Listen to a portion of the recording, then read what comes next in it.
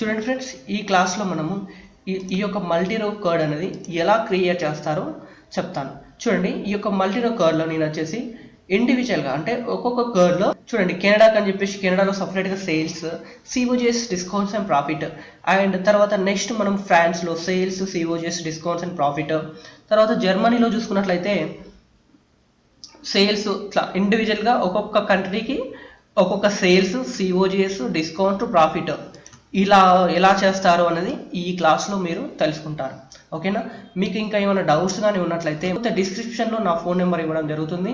ఓకేనా? మీరు ఆ నెంబర్ చూసి కూడా కాల్ చేసేసినా కానీ మీకు నేను హెల్ప్ చేస్తాను. ఓకేనా? ఈ క్లాస్లో మనము మల్టీరో కర్డ్ గురించి తెలుసుకుందాం.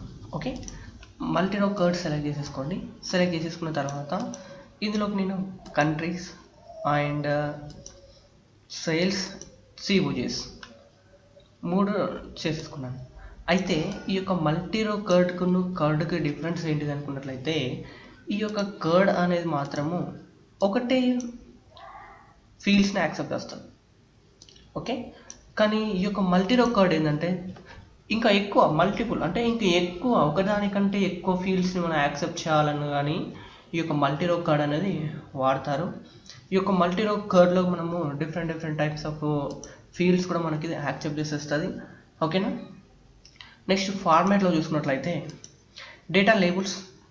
ఓకే, ఈ యొక్క డేటా లేబుల్స్ యొక్క కలర్స్ ఏమైనా చేంజ్ చేసుకుంటారా? ఇలా కలర్స్ చేంజెస్ చేసుకోవచ్చు. ఓకేనా? తర్వాత ఆ యొక్క డేటా లేబుల్ యొక్క టెక్స్ట్ సైజ్ ఇట్లా పెంచుకుంటారా, తగ్గించుకుంటారా? మనం ఇంతకు ముందుకు చెప్పుకున్న విధంగానే ఈ యొక్క టెక్స్ట్ సైజ్ పెంచుకోవడం, తగ్గించుకోవడం సేమ్ ఉంటుందండి.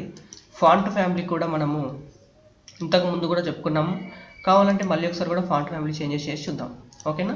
చూడండి, మనకు ఫాంట్ ఫ్యామిలీ కూడా మనకు చేంజ్ అవ్వడం జరిగింది. తర్వాత కేటగిరీ లేబుల్స్ అంటే కేటగిరీ లేబుల్ అని అనుకున్నట్లు అంటే చూడండి, ఈ Canada, France, Germany, Mexico, United States of America ఇవన్నీ ఏం చేస్తాయంటే ఒక కేటగిరీస్ వైజ్గా డివైడ్ చేసి చూపిస్తుంది. ఇంకా మీకు కేటగిరీస్ గురించి ఇంకేమైనా అర్థం కాకపోతే ఒక్కోసారి ఇది ఆఫ్ చేసేసుకోండి. చూసారా, ఇక్కడ సేల్స్ కేటగిరీస్ వైజ్గా వచ్చేస్తున్నాయి. ఓకే, ఇప్పుడు ఆ కేటగిరీ సైజెస్ సంబంధించిన కలర్స్ ఏమైనా చేంజ్ చేసుకుంటారా? ఇలా మన కలర్స్ వాటికి కూడా మనం సైజ్ కలర్ చేంజ్ చేసుకోవచ్చు. మళ్ళీ ఆ యొక్క కేటగిరీస్ యొక్క సైజు టెక్స్ట్ సైజ్ అనేది పెంచుకోవచ్చు. ఓకే, తర్వాత నెక్స్ట్ దాని యొక్క ఫాంట్ ఫ్యామిలీ కనుక ఏమైనా చేంజ్ చేసుకోవాలన్నా కానీ మనము ఇలా మనకు నచ్చిన ఫాంట్ ఫ్యామిలీ కూడా మనము కేటగిరీస్కి మనము సెట్ చేసుకోవచ్చు.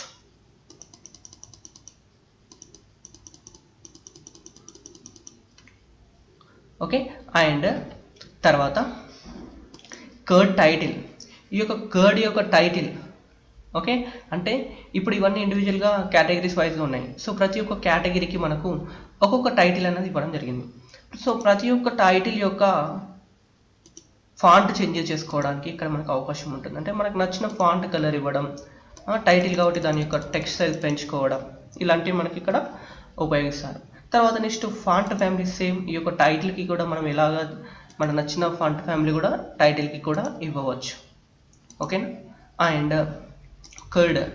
ఈ యొక్క కర్డ్ అనేది ఎలా ఉండాలా? ఇప్పుడు ఏంటంటే నన్ను దీనికి ఏం అప్లై కాలేదో అవుట్లైన్ అనేది నాకేంటంటే ఈ యొక్క కర్డ్కి బాటమ్ ఓన్లీ రావాలి అవుట్లైన్. చూడండి, బాటమ్ ఓన్లీ అవుట్లైన్ వస్తుంది. మీకు ఏమైనా డౌట్ ఏమైనా ఉంటే చూడండి ఇలా పెంచుకోండి. ఓకేనా? అవుట్లైన్ వైపు పెంచుకుంటే మీకు తెలిసిపోతూ ఉంటుంది. లేదు నాకు టాప్ ఓన్లీ అని అనుకో, టాప్కి వచ్చేస్తుంది. లేదు నాకు ఒక్క నిమిషం దీన్ని కలర్ చేంజ్ చేద్దాం, మనకు చేంజెస్ అవుతుందా లేదా అర్థమైపోతుంది. ఓకేనా? చూడండి, ఇప్పుడు నాకు లెఫ్ట్ ఓన్లీ అని మనకు ఓన్లీ లెఫ్ట్ సైడ్కే వచ్చేస్తుంది. ఓకేనా? రైట్ సైడ్ వచ్చేస్తుంది. లేదు టాప్ ప్లస్ బాటమ్ రావాలా, టాప్ ప్లస్ బాటమ్కి వచ్చేస్తుంది. లెఫ్ట్ ప్లస్ రైట్కి వచ్చేస్తుంది.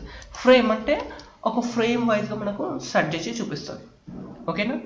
సో నేనైతే మాత్రం నన్ను పెట్టేసుకుంటున్నాను.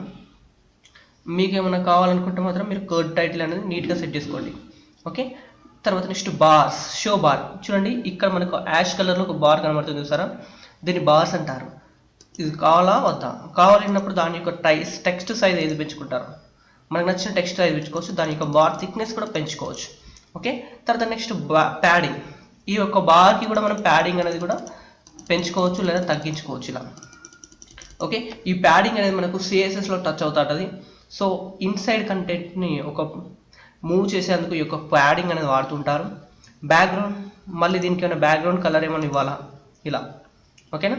తర్వాత నెక్స్ట్ మనము టైటిల్, ఈ యొక్క కర్డ్కి స్పెషల్గా ఒక టైటిల్ ఇవ్వాలా, ఓకే.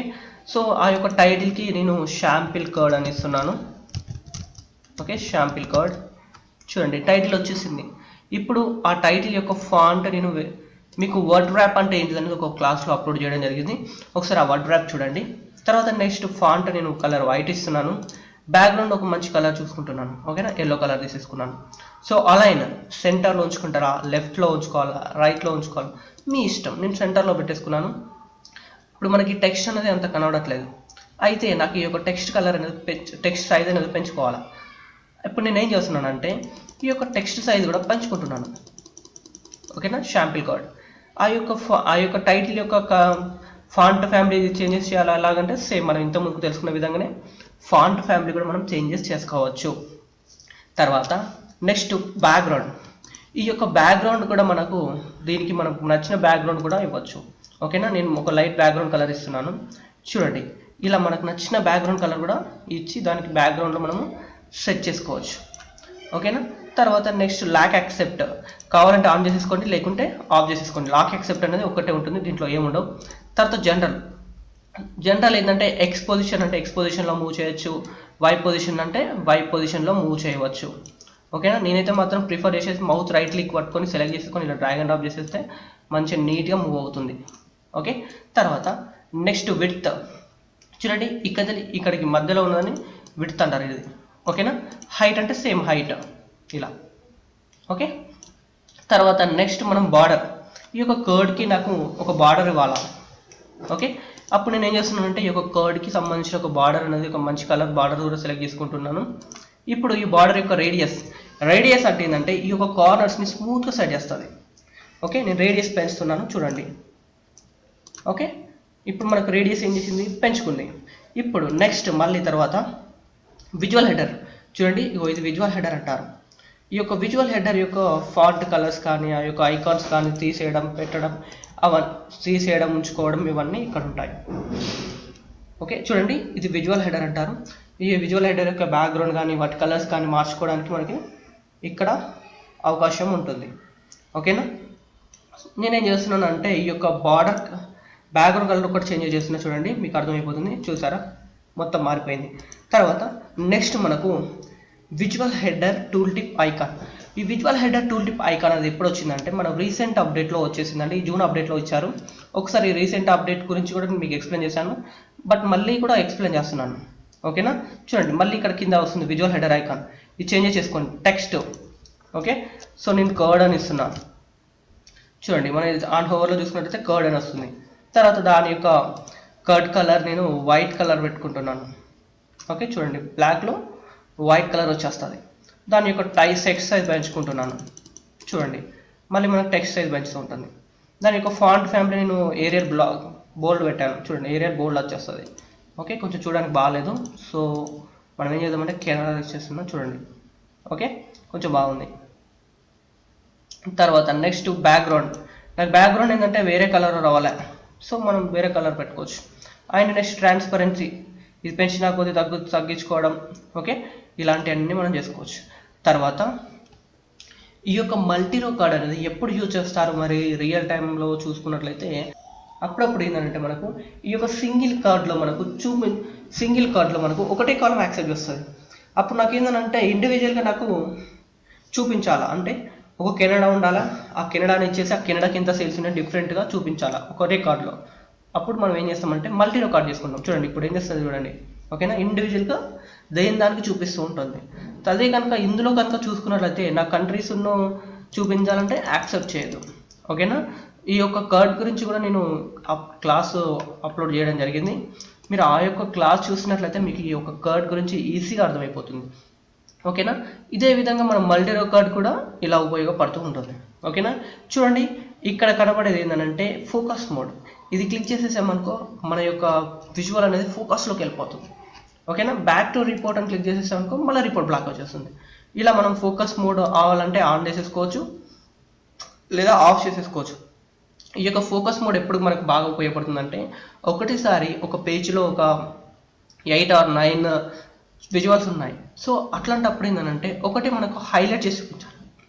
హైలైట్ చేసి చూపించాలన్నప్పుడు మనకు ప్రాబ్లం అవుతుంది కాబట్టి ఆ యొక్క ఫోకస్ మోడ్ అనేది క్లిక్ చేసేసుకున్నట్లయితే మనకు ఇలా వస్తుంది, ఫోకస్ అయిపోయి చూపిస్తూ ఉంటుంది. తర్వాత లేదనుకున్న మనకు దీన్ని క్లోజ్ చేసేసుకోవచ్చు. ఓకేనా. తర్వాత నెక్స్ట్ మనము అనాలిటిక్స్ అనేది మాత్రం దీనికి లేదు. తర్వాత నెక్స్ట్ ఫీల్డ్స్ చూడండి, మనం ఇక్కడ ఫీల్డ్స్ కూడా మనము డ్రాగ్ అండ్ డ్రాప్ చేసేసుకోవచ్చు, లేదా ఈ ఫీల్డ్స్ కూడా మనం చేంజ్ చేసుకోవచ్చు ఇలా.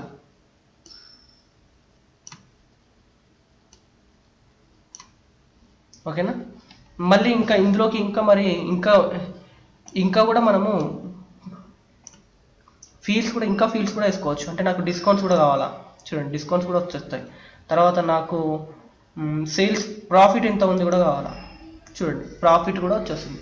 సో ఇలా మనము ఒకదానికంటే ఎక్కువ, ఓకేనా, అంటే ఒకదానికంటే ఎక్కువ మనము విజువల్స్ ఒకదానికంటే ఎక్కువ మనం ఫీల్డ్స్ అనేది యాక్సెప్ట్ చేసుకోవడం, ఫీల్డ్స్ అనేది యాడ్ చేసుకోవడానికి కోసం అని చెప్పేసి ఈ యొక్క మల్టీరో కార్డ్ అనేది వాడతారు. ఓకేనా.